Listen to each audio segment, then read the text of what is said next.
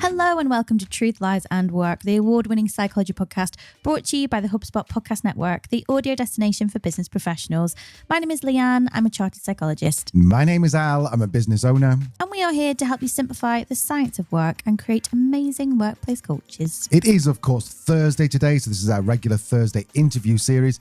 If you like to keep up to date with the latest news and love a good agony aunt segment, then you'll like Tuesday episodes too, where we bring you our weekly news roundup, our brand new segment called Hot Takes, and our bank of workplace experts. And of course, our world-famous weekly workplace surgery, where I put your questions to Leanne. Talking of which, it's your turn, Leanne. That's my line. That's your line. Today, we are investigating the difference in how Generation X and Generation Z approach work. So in an attempt to make this mini research fair, we've chosen two guests who are both in the professional services. Annabelle Murphy is a Gen Z accountant who works in a predominantly Gen Z workplace. And Jeremy Cline is a Gen X lawyer who worked in a multi-generational workplace up until very recently. We wanted to ask them 4 questions. 1, how did you get into your chosen profession? Each took a very different route. 2, how do you approach meaning and purpose at work? And we'll discover what those differences are. 3, has diversity and inclusion changed over the years? Both guests give very frank and honest answers. And 4, are there differences in work-life balance between the generations? The answers surprised both of us. And finally, we end with some advice for the next generation of workers, Gen Alpha, who are due to start in work in just over 2 years. So just to recap, we've got a Gen X, we've got a Gen Z. I will be offering a millennial point of view. And Al, I guess you'll chip in as and when? Yeah, I'm kind of redundant on this one because we've already got Jeremy, who's our bona fide Gen Xer. So let's go and meet our guests and hear their stories. I'm Annabelle Murphy from MAP. I'm a client accountant. I've been at MAP for almost 3 years in November. I love my job, not in a cliche kind of way, but I love my job. I'm really passionate about it. I'm really passionate about my career. I'm not quite famous, but if there's one thing that people know me for, it's just being happy and bubbly and chatting away and just being friendly and approachable, I think, and that I proper pride myself on. I'm Jeremy Cline. Up until the end of last year, 2023, I was a lawyer. I was practicing for 20 odd years, and I was practicing in what we called the private client space, which was acting for some of the wealthiest people on the planet on their estate planning and personal tax affairs.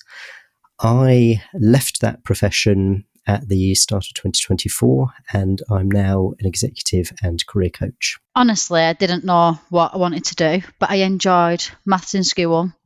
I used to sit in the back of the class. I used to find some of the classroom time a bit boring, so I used to sit in the back of the class and just do sums and algebra and just geek out. But I was never really that focused in school. I kind of just flew through it. And my maths teacher said, you know, you're actually quite good at this. Like, maybe you should think about doing it. My wife's an accountant. And I didn't want to set on a job as soon as I left school. So I thought I was interested in economics and I wanted to understand how it all worked in finance and business. And then I went to sixth form and I was hoping to go to university and study economics. And when I went to sixth form, it was just too structured like school. And I just thought this isn't for me. And I thought I'm just going to go for accounting and see how it was. It wasn't what I was expecting. That's why I'm now so passionate about it. I did think that I would just be sat behind a laptop crunching numbers. I didn't realise it was as personal as it is, and you get to meet the people that you do. And I didn't realise that you could make an impact, as big as an impact as you can. And that's now what's made me so passionate about it and why I love it so much. But why I ended up into it, I kind of fell into it because I enjoyed maths. I blame the guy who was my best mate at school. I think we both had the idea that we were going to be journalists. And I don't know whether it was like a rivalry thing or whatever, but one day he turned around and said, Jeremy, you're always arguing, you should be a lawyer.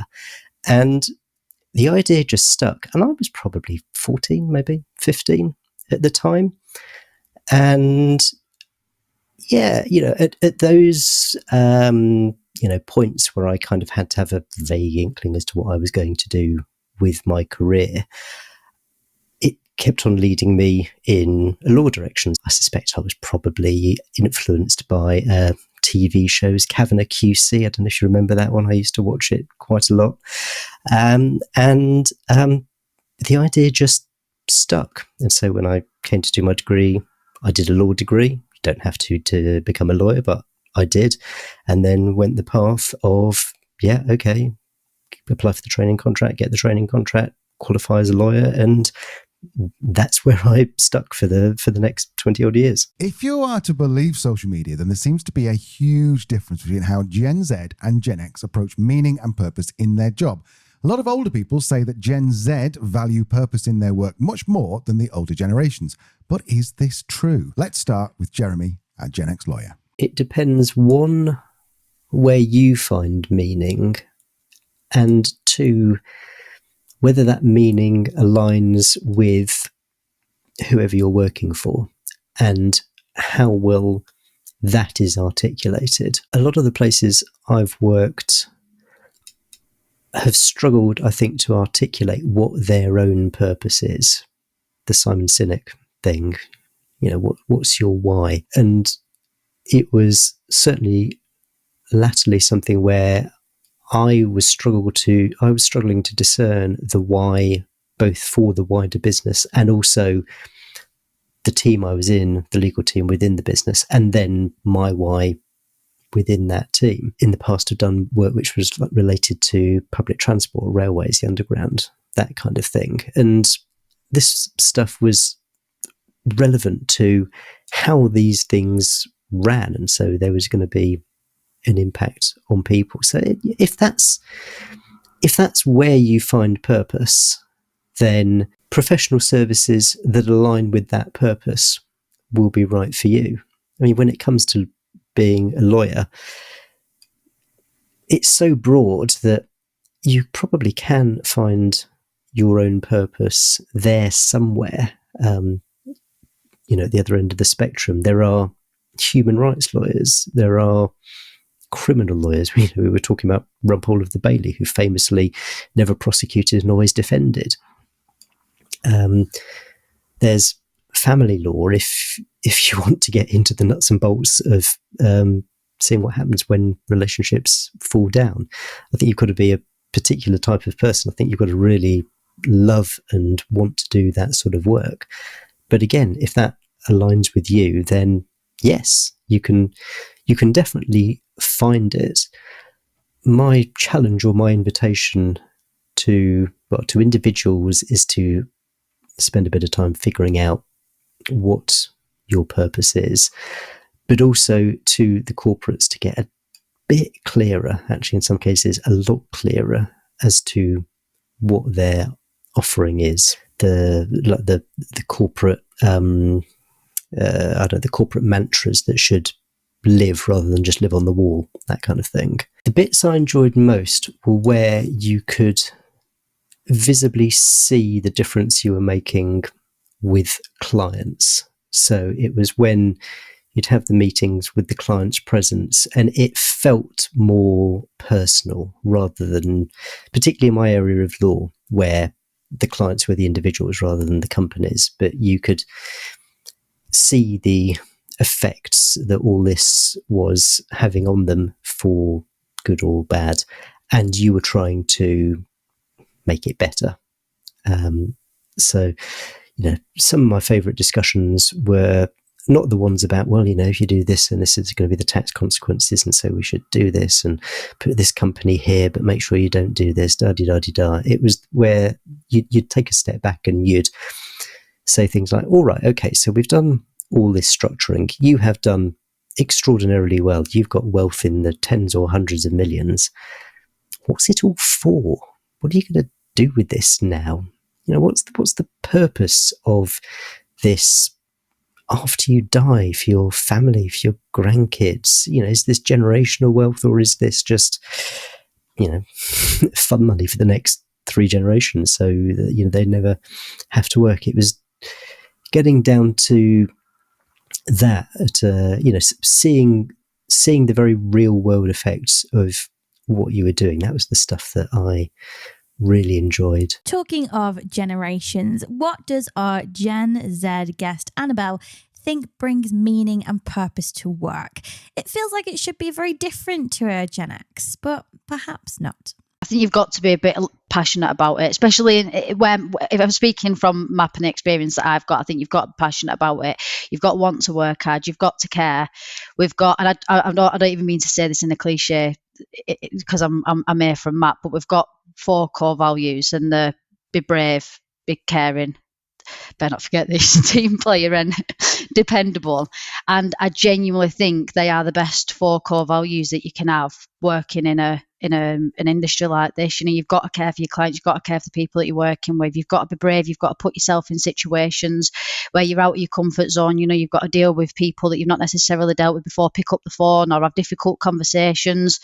And you've got to be able to depend on your team. You've got to be able to depend on your clients and stuff like that. And I think it's if you're that kind of person, and MAP hire and fire by those core values. In that if you are that person, we can teach you anything. We can teach you how to prepare a set of accounts, but you've got to have those. You've got to be that person. You're genuinely passionate about it, I think then it'd be a really good career. But I think the biggest part about accounting, and I think is one biggest misunderstood thing about accounting as well, it isn't just sitting crunching numbers. I think it is being able to translate information that people can then make life-changing decisions on. The people are making big decisions in the businesses based on the information that we're telling them. I think you need to be able to build a relationship with a person and to be able to trust them, to be able to make these big decisions. And that I don't think you can ever take away. Then that's the biggest part of accounting. I think that when you're surrounded by the people, like especially the people that I work with now, and like looking up to Paul Barnes and like or just the other people that I work with, that does inspire you, make you want to do better and carry on being so career focused and achieve. And as working with business minded people have constantly got new ideas and are excited and pushing things forward, that obviously makes you want to. I think it's a combination of all 3. Annabelle works at MAP. Now, we did a full episode on MAP back in episode 127. Definitely go and listen to it. Really, really interesting episode. MAP is unique in that they almost exclusively employ apprentices, which is how Annabelle started. So the workplace is 90% Gen Z. I wanted to know what a workplace packed with younger employees looked like and what actually motivates them. Again, this is going to sound cliche, but it's the core values. Yeah, 100%. We all, I think we all resonate in them. I don't think I've ever worked anywhere known, and I'm not just saying this because I'm MAP. I'd say it whether I was speaking to you, whether I was speaking to my friends, whether I was speaking to anyone. I've never worked anywhere where the team are as strong as they are here. Everyone really looks out for each other, works together, looks after each other. Everyone's willing to learn. That's the biggest thing. And like I said before, any accountancy firm can teach you how to do a set of accounts or trial balance, or it's not that's important. It's who you are as a person, and we've got a really nice culture here. We all work really well together, and if you that kind of person can teach you anything and you'll deliver. I think the biggest thing for me, and the reason why I think it is so interesting, is you're working with people that are, like I said before, really interesting. They've always got new ideas. They're business-minded people. They're exciting people, and that I find interesting. And then the best bit is when you see a plan come together. You see a business owner, no matter what the size or shape, no matter what the makeup of the business is, they've got a plan. Even if it's 5 years' time, 3 years' time, they're looking to sell the business. They're looking to grow the business massively. They've got all these wonderful ideas, and then you're reporting on it month after month or even quarterly, and you get to the end of the year and you get a couple of years later and you look back and you think, wow, they've achieved it. And you've kind of been a part of it, even through the times when they've been really struggling, or the times that, like, the little milestones along the way, they've won a big client or they've hit a revenue milestone. That's so rewarding, and that's brilliant, especially when you've sat there and you've been through the numbers all the way through, and that's the bit I love. Jeremy has 20 years experience in work and Annabelle around 6. Jeremy did a degree and Annabelle started as an apprentice at 16. So do they have different ideas around what the best route is into the professional services? I don't think there's anything that can be hands-on experience. You go to university. I've never been to university, so I'm not sure.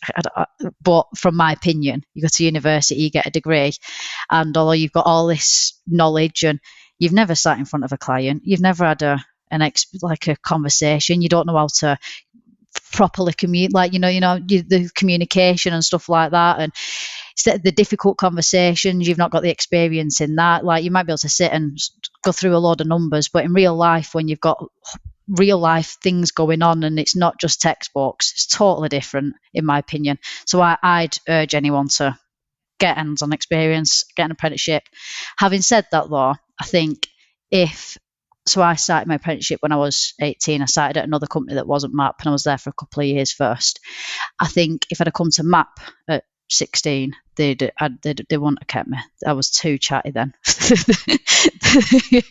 So I don't know. Maybe it worked in my favour that I had a couple of years just studying first before I come into such a professional setting, because I was just a giddy 16-year-old at first.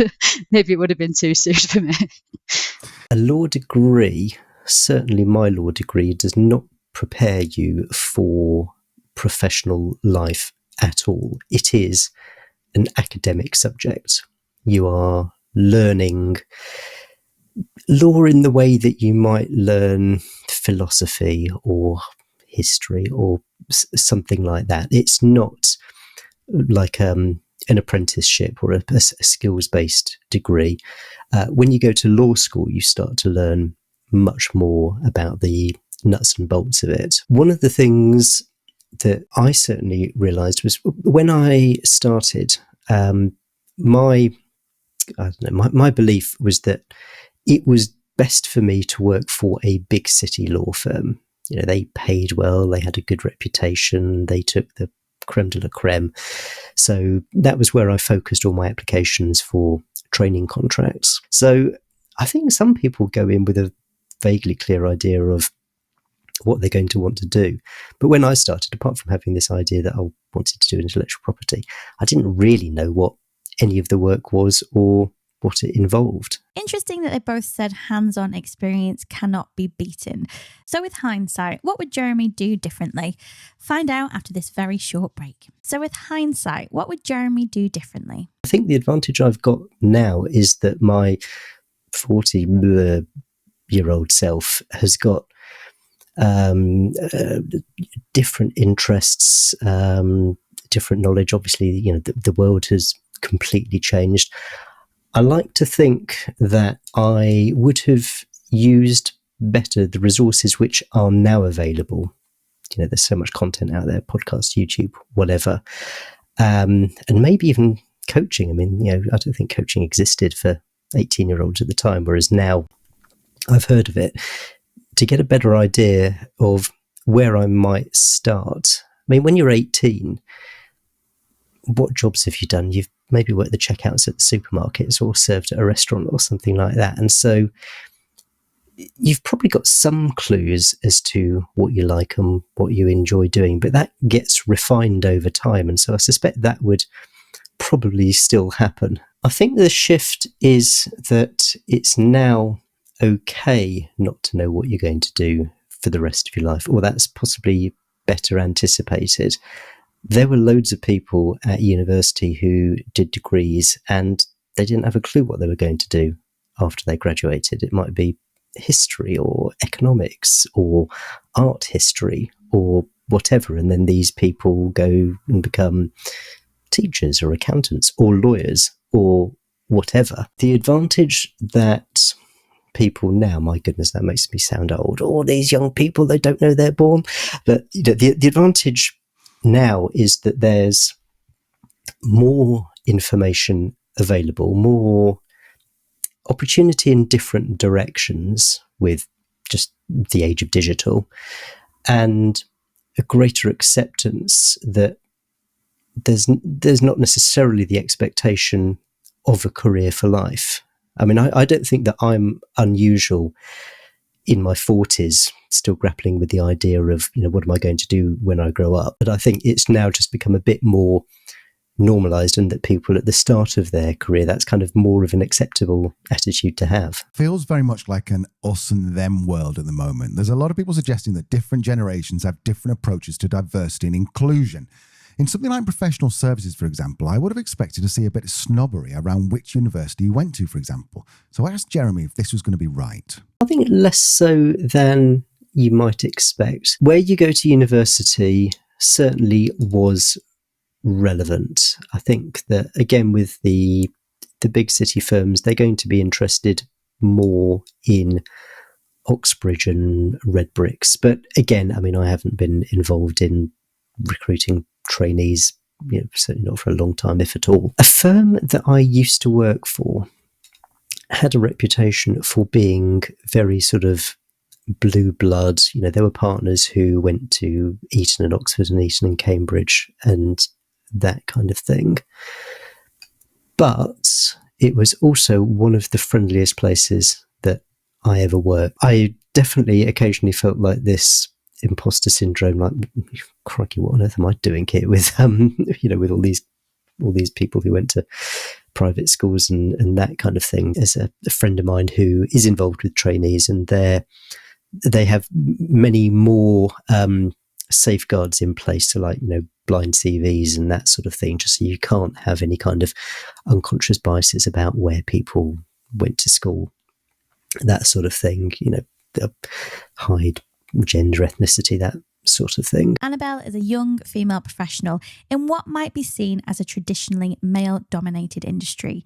We had to ask her if she had felt any kind of discrimination at work. No, I don't think so. I've never been exposed to it like the whole way we've been to school and stuff like that. Like, I'm from Oldham, you can tell from my strong accent. I just went to a local school near me, went to Oldham College.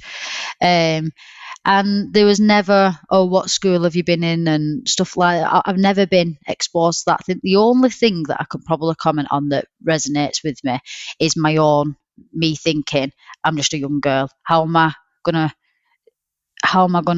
be able to advise these businesses, these decisions, or not necessarily advise, that's probably the wrong word, but how am I supposed to have these difficult conversations and explain things in a way that these people are going to actually listen to me and think, you know what, she knows what she's talking about.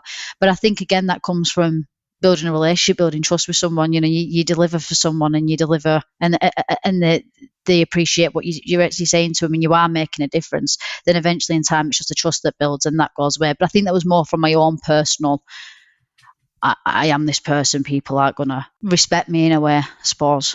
I mean, you do hear some stereotypes of stuff like that, but I think now in this kind of day and age, and people are as especially like I'm on like LinkedIn, and you've got people like are really thriving for businesses and pushing, and you've got like there's so many women out there now as well that are also pushed. Like, you can see that they're ambitious, and I don't know if this is right or wrong for me to say, but I don't think there's ever that limit. You are who you are as a person, irrelevant of your gender, irrelevant of your age. If you've got a mindset, I'm getting this, I'm doing it, I'm going for it, and this is my career choice, go get it. Your genders and your age is irrelevant, in my personal opinion. And I think that's what people are doing now. I think people aren't scared of going for what they want anymore. There's no one holding you back now. There's only you that can do that. I know, I don't think there is that much of a stigma. If there is, I've not been exposed to it. So I was away recently, and I was talking to a lady, and she was a lawyer. She was Canadian. She was probably, I wonder how old she was. She was probably about 35. And I asked her the same question. She was very outgoing as well. And I was talking to her, and I said, do you ever, I'd literally asked her that question, do you ever think that there's a stigma? Do you ever? And she said, yeah, but I love it. I love that if someone is sat in a room and I go in for a meeting and they think, oh, I'm just and I sit there and blow the socks off by what I'm telling them. She was like, she was like, I want people to think that. And I was always scared of that. And that conversation sticks out to me because it's something that did bother me. And it's kind of changed my mindset on it now. Now, I'm Gen X, and back when I started work, there was not really any sort of appreciation of mental health, certainly not in the workplaces that I joined. Also, my father, who's a boomer, didn't really feel there was room for work-life balance, something which I think a lot of boomers actually felt. So how do the different generations approach mental health and work-life balance? The most obvious symptom of lack of balance and poor mental health is burnout. So I asked each of our guests about burnout and whether it's linked to management and culture. Now, firstly, we're going to hear from our Gen Xer, Jeremy, then, of course, our Gen Zer, Annabelle. I can say that burnout definitely exists in law, and I have seen people get ill as a result of just working silly hours and doing high-pressure work. Law is odd in the sense of the way that people are managed. And other people have said to me that it is really weird system compared with typical corporate, in that line management still seems largely to be a bit of an afterthought. Line managers in other places, I understand it that a good proportion, probably around about 50%. I mean, you'll know this better than I will, Al, but a good proportion of the work is the line management. It's having those one-to-one conversations with your direct reports, and it's coaching them, figuring out what they need, figuring out where the roadblocks are. There are some lawyers who are exceptionally good people. They are good at line management, but I'd say that they are probably few and far between. And there is a massive gap in training. I mean, maybe you get, I don't know, a half-day line management course, something like that, but it's not prioritized, and people end up doing it off the sides of their desks. A lot of them just don't want to do it. It's slowly improving. Better line management could have a transformative effect when it comes to mental health and burnout. And having coaching conversations, I was reflecting on this the other day. People sometimes say me, now I've moved into coaching, oh yeah, well that makes sense as a lawyer, because you've got to ask questions and that kind of thing. And I thought, lawyers make terrible coaches because they're paid to find solutions, and coaches don't offer the solution. They don't tell people what to do. They provide the space within which someone can figure out what they need to do. They might have some suggestions, but what lawyers do is they collect facts and then they tell you what to do and how to do it. That's not coaching. And it's an important distinction. And it just means that a line manager lawyer, rather than frankly shutting up and creating space, is more likely to do all the talking, which just isn't effective. So, and I know this is something that you and Leanne in particular are always going on about, but train the line managers. My goodness, it would make so much difference, particularly in professional services. I think there's a pressure on you, or at least I feel the pressure sometimes, but I think that's because, and I think it's right too, I think I've got a job with a responsibility. I'm providing a professional service. There is a certain amount of pressure on you and responsibility, and I think if you're someone like me that's pushing for more, and I want, like, I enjoy it, I enjoy getting close to these businesses and stuff like that, that can take a toll on you, especially when, like, I know I keep saying it, but I get so caught up in it and I care so much. That can really bother you. You don't want to deliver. You don't want to not deliver for clients. You don't want to meet deadlines. And sometimes, as everyone experiences, especially people in the business world will obviously experience, you're trying to keep above board on everything, and you're trying to deliver for everyone. Sometimes when you get busy spells, that can take a toll a little bit. I just think it's just being able to keep up. And sometimes, you've got to, I had a conversation with someone at work recently, like, it's not, do you feel, we did a survey and it says, do you feel well enough to come to work? Will you come to work even if you don't feel well enough, was the question. I think it was one of your surveys actually. And we was all talking about it, and we said, physically, no, I wouldn't, but mentally, if I didn't necessarily feel up to it, I probably would still come to work because it's in my mind. And I obviously I can't speak on behalf of everyone, but I think that's a big thing. I don't think that's just professional services, and I don't think it's spoke about enough, and it probably should be. But yeah, I think the good thing now is we've got the social media that influences us so much. That adds pressure that I think is incredible. But I think we're also people are starting to talk about it a little bit more now. It's certainly in my experience, they are. I don't know if it's because I've personally this last 12 months been a bit more open to it. And when I say it, I mean actually really focusing on my own mental health and realising it's so important. Maybe that's why I feel like it's being spoke about more.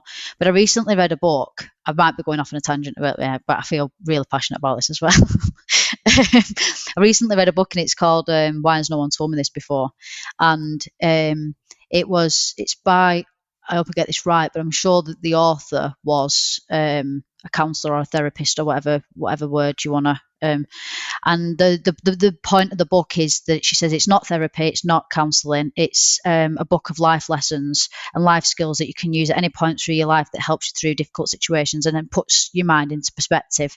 And like one of the opening pages said, it's so common, so trendy now to be into your fitness and looking after your physical appearance, and people don't speak about mental health as much, and it's just as important. You've got the same body for your whole life and you should look after it. You've got your same mind for the whole life, you should be looking after that. You should be, and that's not just meditating and stuff like that, it's being kind to yourself, being kind to other people, and just living in a nicer thing. So I've recently been really trying to focus on that and improve mental health and understand mental health a lot better. And I think in turn of me doing that has helped me speak about it more. And it's something I'm speaking about at MAP as well, for us to really start doing it. If we could all become our best versions of ourselves in the world, like how powerful could that be? Burnout and poor mental health is not new, but Annabelle's generation seems more open to talking about it and will happily take action. But what about Gen X's take? I've never been someone who wants to work the long hours.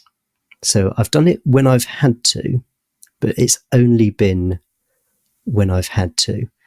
And I remember a conversation with the partner I was sharing an office with at the time when I was maybe 2 years qualified, something like that. And she made the observation, look, if you want to succeed at a big city firm like this, you're probably going to need to work longer hours. And I didn't think, yay, I get to do more of this. I thought, I want to avoid that like the plague. I think the fact that I wanted to have my life outside work, and I saw that as being more important. I perceived at the time that was a barrier. There may well be people listening to that going, well, that was your problem, not the place you were. But there are hobbies which have persisted no matter where I've been. So, for example, I've played flute for nearly 40 years. And when I first moved to London and started work, I joined an amateur wind band. That once a week playing was pretty much sacrosanct throughout the whole of my career. And I would see work as getting in the way if it prevented me from going to one of my weekly wind band rehearsals. It was my attitude was that that was the important thing.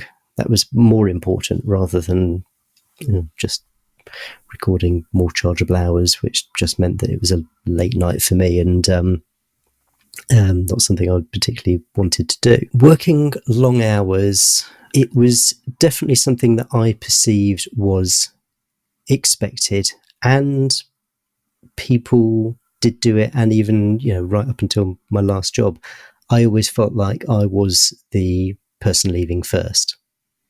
So I don't know whether it's presenteeism or whether really people are that busy, but I did get the impression that people were still expected to put the hours in. We thought it'd be kind of interesting to ask what advice each of our guests would have for the next generation, which is Gen Alpha. Now, the first Gen Alpha was born in 2010, so the oldest will be 16 in 2026, which is only just over 2 years away. Firstly, we'll hear from Annabelle, the generation closest to Gen Alpha, then from Jeremy. Just want to give a little bit of context here, depressing context. Gen X are 3 generations above Gen Alpha. So they are the boomers to the Gen Alpha, which really isn't something I really wanted to say. Anyway, here's Annabelle's advice for the next generation to hit the workplace. The other day I'd seen a post, I can't remember what I was thinking, it was on like TikTok or something, and it said if you could sit in you get paid £1 million if you sit in a room with your 14-year-old self, but you can't tell her what's about to happen. And I was thinking, what would I say? And I wouldn't be able to say, get it out. And 100%, I'd say go down exactly the same path, because you're at such an impressionable age, and the things that I've been exposed to at this age, that I've been put in positions where I've really pushed my boundaries. It's made me a strong person. It's helped me develop as a person. And I think it was just this whole experience, this last 5 years, however long I've been working in practice, it's just been amazing for me at this point in my life. So you're in this room with 14-year-old Annabelle. You're not allowed to tell her what's happening, but let's say the rules say that you can give her a bit of advice. So what advice would you give her about entering work? Number one would be try not to be so emotional. That is one big thing for me. I care so much. And sometimes there's things out of your control. In life, there's just things out of your control, but I get so attached to things and I'll get so upset if something goes wrong or something not in my control, or I make a mistake because we're human. And I really struggle to bounce back from it. But sometimes you've got to understand, and it's obviously something I'm dealing with at the minute, like you just got to take yourself out of a situation sometimes and not let yourself get too tied up. That'd be the number one thing. Stop getting so upset about things. Another would be just enjoy it. I've only just recently started doing that. I was so just hung up in getting through and getting to the end and seeing the final goal. I want to be a chartered accountant. I want to be a finance partner. I want to own my own accountancy firm. And I've only just recently thought, why am I pushing so much to get to that end goal when really I should just be enjoying this whole process? Like, just stop focusing so much on where I want to be and just be here and now. Definitely that. And as well, like I think another big thing is your work-life balance, and people talk about it, such a stigma around it. I think if you find something that you enjoy and you're passionate about, it's part of your life, whether you like, it's not a work life. This is your life, you do what suits you and you work around it. So don't be too hung up on that either. Probably be the main, and keep going. Just when you're having the down days as well, just keep going. I could go on forever with these, but just keep going. When you hit difficult times, I think obviously that happens when you grow up anyway. That you realise that when you have a setback, that you will bounce back and things will get better, and it's not the end of the world. But when you have those little setbacks, don't think it's the end of the world and just keep pushing through, and it makes you a stronger person. Probably the most powerful thing that frankly anyone can do is networking. And I know that for a 14-year-old, it might be a little bit, intimidating, finding these people to speak to. But I remember my dad took me into his company for a conversation with the in-house lawyer, which was, it was informative because I was thinking about being a barrister at the time, and he said, don't be a barrister. And I'm sure he had lots of good reasons for doing that, but that basically meant that I didn't pursue that option. So yeah, I would try and find as many people as you can to speak to. If you've got, maybe not for 14-year-olds, but I'm involved with a university mentoring program at the moment where I mentor law, both graduates and undergraduates, for those purposes, to help them figure out, is a career in law the right thing for them, and if so, how do they do it? So speak to as many people as you can. If you find someone to speak to, ask them who else you should speak to expand that network. Search for a day in the life of, hopefully not just sugar-coated stuff, but if you look at enough of them, you're going to get a good idea as to what's involved and whether something is for you. The most important question for anyone who is starting out, you said a 14-year-old, it could be an 18-year-old, it could be a 21-year-old, but what we talked about there, about going out and speaking to people and building your own network at an early stage, I think that's, if I had to pick one takeaway, one piece of advice that I'd like to leave people with, it's that. Go talk to other people. A couple of years ago, the Ellie Sparkle Show, a YouTube show aimed at children, surveyed 1,000 5 to 8-year-olds in the United States about what they wanted from work. The fourth most popular job was a YouTuber. Whilst that might get the Gen Xers and Boomers chuckling over their cocoa, Annabelle is a digital native, so she knows that this isn't as a ridiculous job aspiration as it might sound. She has some advice for all alphas, regardless of whether they want to be an accountant or an influencer. Because of the responsibility and the pressure and the fact that it is a big thing, like I say, on the flip, it's nice that I can have that impact, but also people are running these businesses for their lives, and things don't always go as planned. Things don't always go the way people want. And sometimes things go wrong. And sometimes, like I said before, things are out of your control. Sometimes knowing that I'm waking up and I'm working on something where a client isn't maybe in the best financial position, and I'm only relaying that information to him, and I've got to have a difficult conversation with him, and say, we need to take a look at this, or this isn't working, or this could end up, this situation could potentially get worse. That's not a nice place to be. That's not a nice position to be in.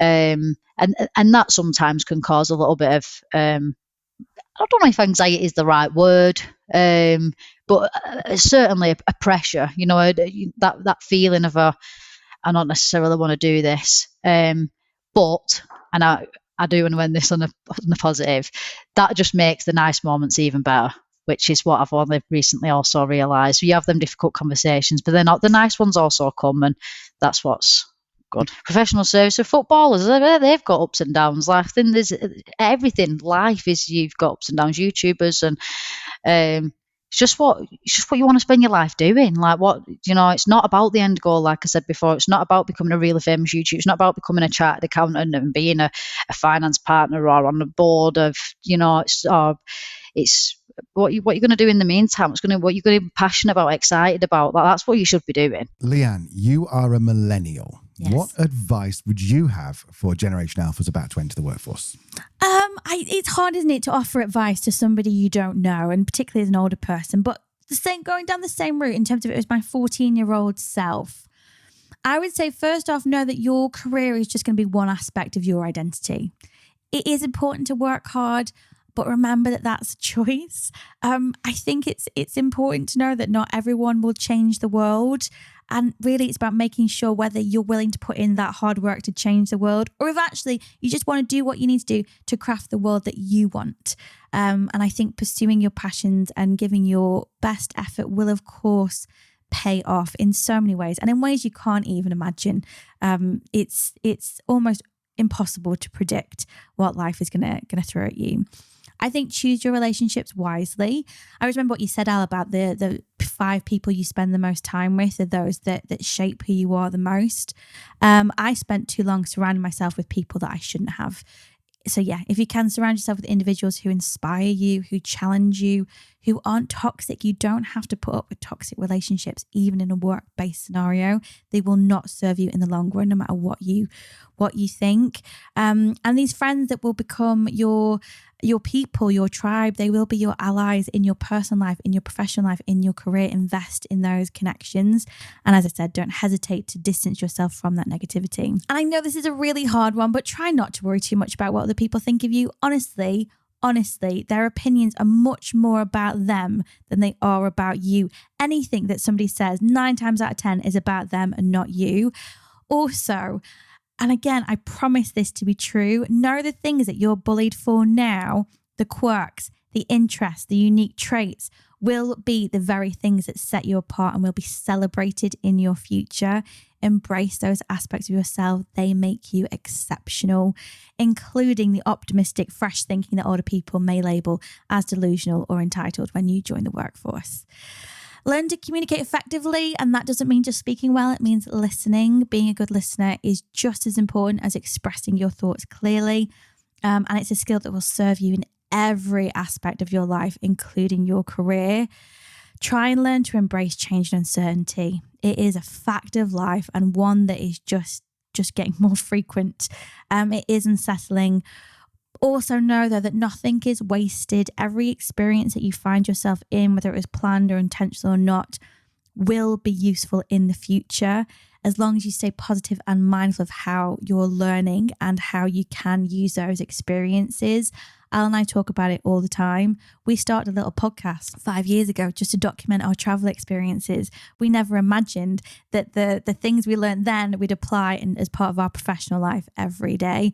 And finally, from one old person to a young person, wear sunscreen.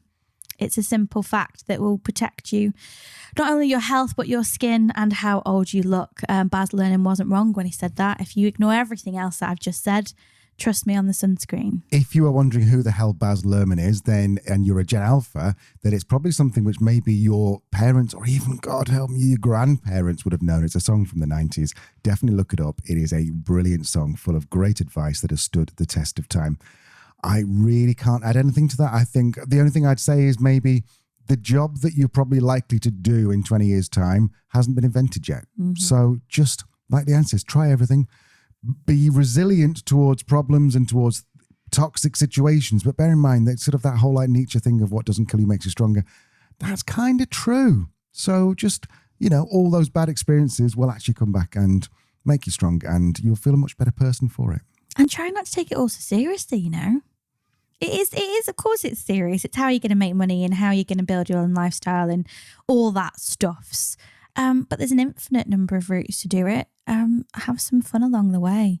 It's, youth is wasted on the young, probably because there's older people like us telling you that you need to grow up. Don't grow up. Never grow up. So this is what we've learned so far from this episode. First up, and this really surprised me, both our guests, despite being generations apart, said exactly the same thing about hands-on experience. Jeremy told us his fancy law degree didn't prepare him for real work at all, and Annabelle was really passionate about getting stuck in and learning on the job. The second big takeaway was interesting too. While burnout and mental health challenges have always been there, the way we talk about them has completely changed. Jeremy saw plenty of burnout in law, but it was rarely discussed, while Annabelle's generation is totally open to it. She's even reading books about mental health and encouraging her colleagues to do the same. Here's something that challenges what we see on social media. All that talk about Gen Z being the only ones who care about purpose, but it turns out that's not quite right. As we heard, Jeremy found his meaning in seeing how his work affected real people's lives, while Annabelle gets her satisfaction from helping businesses make better decisions. Different approaches, same search for meaning. Fourth, big learning, professional services has come a long way with diversity and inclusion. Jeremy mentioned how his old firm now uses blind CVs to prevent bias, and I loved how Annabelle put it. She said, your gender and age are irrelevant now. It's all about what you can do. And the only thing I'd add to that, should you find yourself in a position where you are experiencing that bias, that is your mantra. My gender and age are irrelevant. It's all about what you can do now. Bravo. And finally, and this one really got me, both generations seem to have figured out something really important about careers. Annabelle, who you'd expect to be really focused on climbing the ladder, actually said we should stop obsessing about the end goal and enjoy the journey. And Jeremy pointed out how it's now perfectly okay not to have your whole career mapped out, which is a massive change from when I started working. It really shows that perhaps these generations aren't as different as we might think. So there you have it. If you want to have your say, jump over to LinkedIn and follow Leanne. She'll be posting about this very, very shortly. And if you want to find out more about Annabelle and Map, who approach the workplace in a very unique way, then go to wearemap.co.uk and also listen to episode 127 with Paul, the founder, and Amanda, the operations director. And if you want to hear more from Jeremy, then go to his website, changeworklife.com, where you can find loads of great articles, a lot more about Jeremy, but also his amazing podcast called The Same Thing. And you should definitely check out that because he's got some great guests. Podcast isn't called The Same Thing. It's called Change Work Life, which is the same thing as his website. Sorry, yes, the podcast isn't called The Same Thing. It's called Change Work Life. Yeah, sorry, that wasn't very clear. But it did, Jeremy, give us an opportunity to say your podcast name about 5 times. So definitely go and check that out. There's a couple of great guests from about 4 months ago. They were called Al and Leanne. A great episode, that one of my favourites. That is all for today. A big thank you to Annabelle and Jeremy for sharing their generational viewpoints so openly. And my biggest takeaway is that actually perhaps we're not that different after all. We all want meaningful work, purposeful relationships, and a work-life balance. A quick reminder, if you like to hear stories of how organizations big and small have built amazing workplace cultures, then every Thursday we bring you an amazing guest with a story just like today. And if you like to keep up to date with the latest news, then tune in next Tuesday. We will bring you more of our weekly news roundup, our brand new segment called Hot Takes with our workplace experts, and of course, our world famous weekly workplace surgery where I put your questions to Leanne. And if you enjoyed that, here's what you're going to do for me if you fancy it. 1, you're going to follow us, subscribe on whatever app you're listening or watching on. Then you're going to go over to LinkedIn. You're going to follow Truth, Lies and Work. Me, maybe Al, though, who's a bit grumpy. Definitely follow Annabelle and Jeremy and say, do you know what, guys? Just listened to your interview. Thought it was pretty great. Want to have a cup of tea? Yes, definitely go and do that. Build some community. Any other business, Leanne? No. Goodbye then. Bye. Bye-bye. Bye.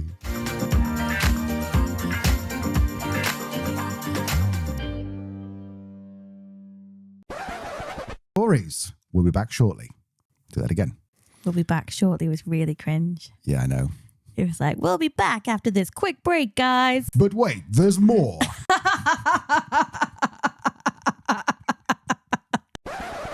Outline, it'll drop down all the I see. You got it.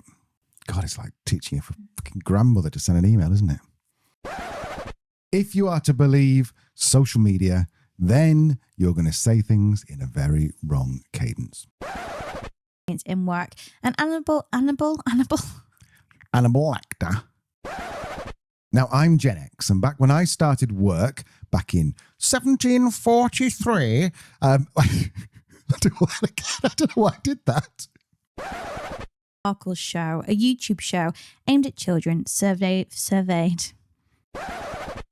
Whilst that might get the Gen Xers and boomers chuck. You're almost there. Nearly had it. Can you cobble that together or should I do it again? I think whilst